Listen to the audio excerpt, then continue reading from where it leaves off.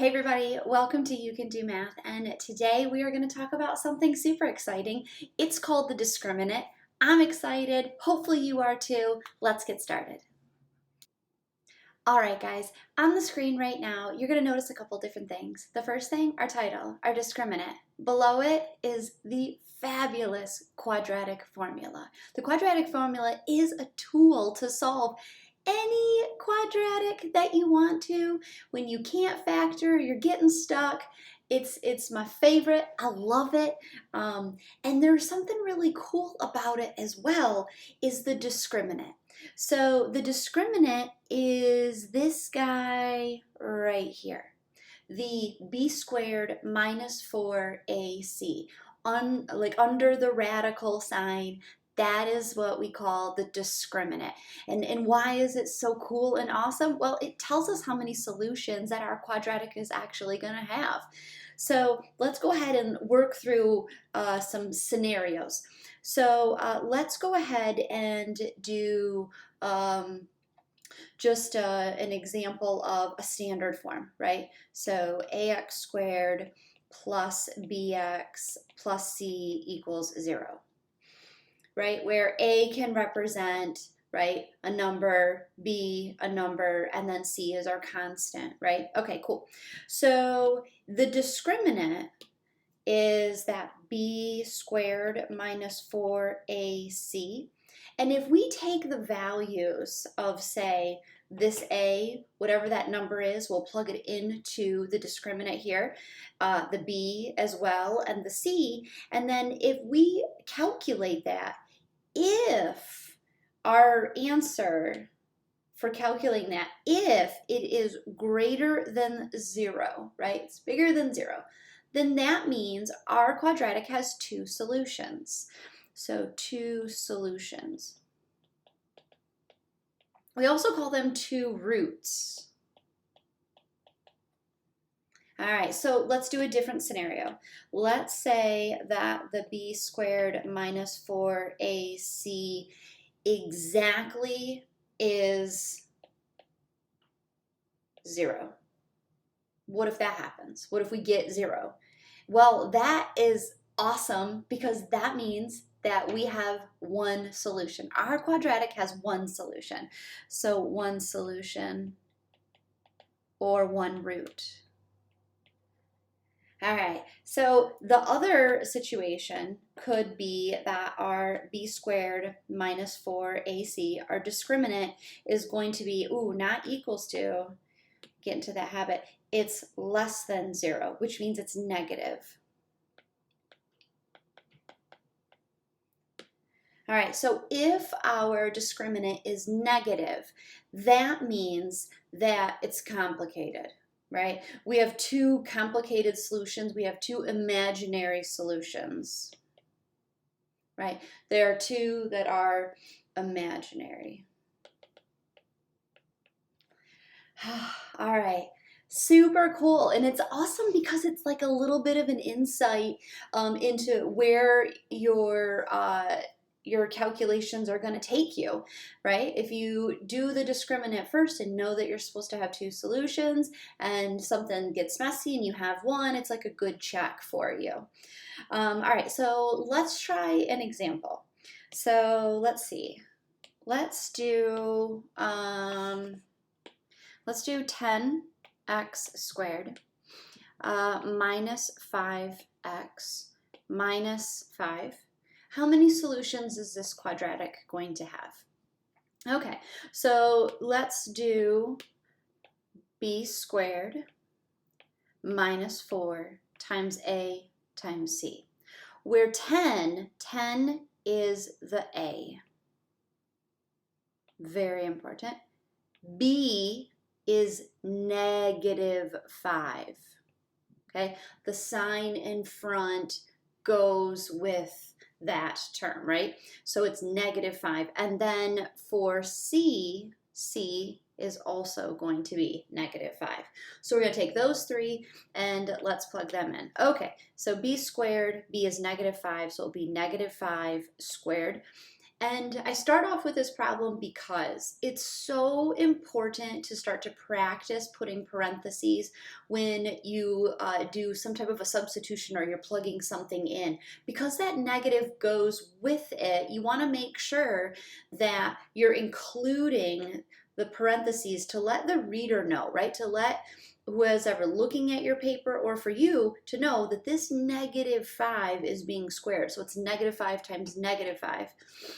And that's also important when you're typing it in the calculator as well. All right, so then -4, always the number 4. It's just the way that it is, right? Times it by A, which is 10, and then times it by C, which is -5. All right, I'd like you to get into those habits of writing the parentheses for plugging in. We know that it represents multiplication, and it's important. All right, so -5 squared is a +25. So +25. And then after I do that, this is just a strategy that I use. I draw a line all the way and I'm going to write it down. Now, in my calculator or mental math, I do a check. I say -4 times 10 times -5. When I see two negatives, I instantly say, well, I know two negatives is going to give me a positive, right? Negative times negative is a positive. So then I have 4 times 10 times 5, which is going to give me 200. And then I just simply add those two up and I have 225. So that's the discriminant. The discriminant is 225. Now, what does that tell us about our quadratic? That tells us that it has two solutions. So two solutions.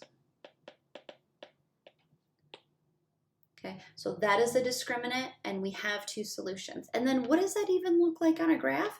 Well, that is going to be that our parabola, right, crosses our x-axis at two places. All right, let's try example 2. All right, so example 2, let's see. Let's do 8x squared plus 8x plus 2. All right, so I just always, it's just some strategy that I always like to do. I always like to write down the formula b squared minus 4ac and then plug in from there what I know.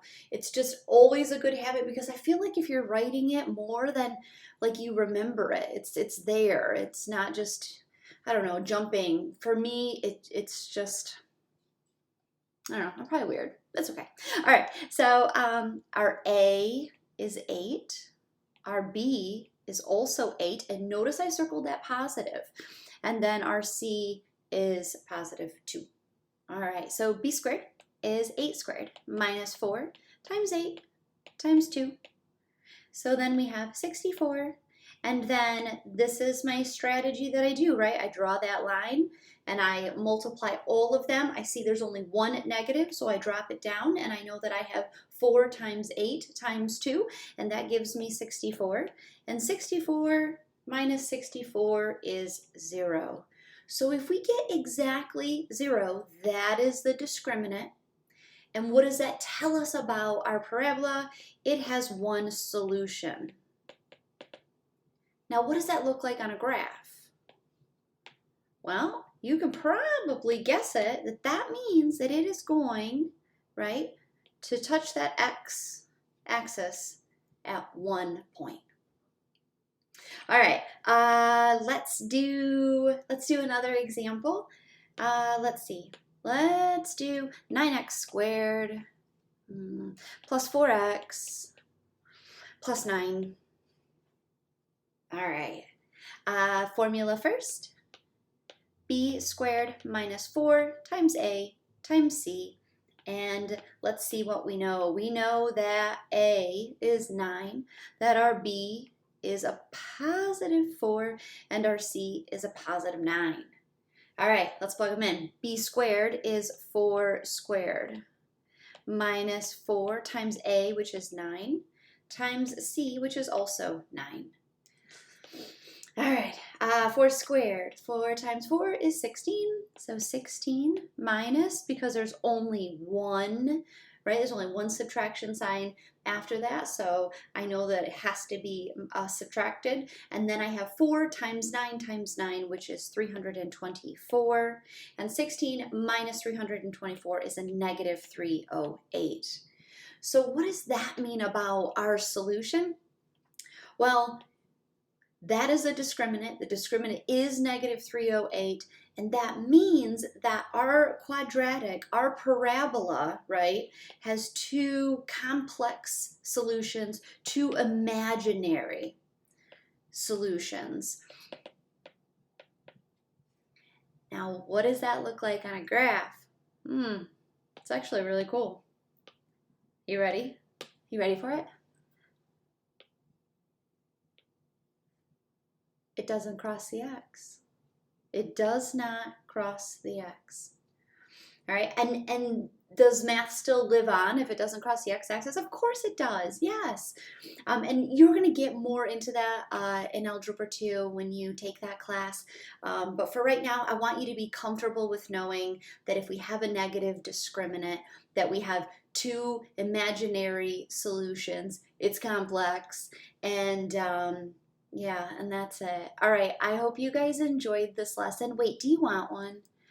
Do you want one? You want one to try? Just like, yeah, why not? We haven't done one. Let's just do it. Let's do this one for you to try. Let's do 2x squared plus 5x minus 3 equals 0. And I doesn't matter. I just wrote equals 0, sorry. But I want you to pause this video. I want you to try this out and then press play when you're ready. All right, guys, welcome back. Let's see how you did.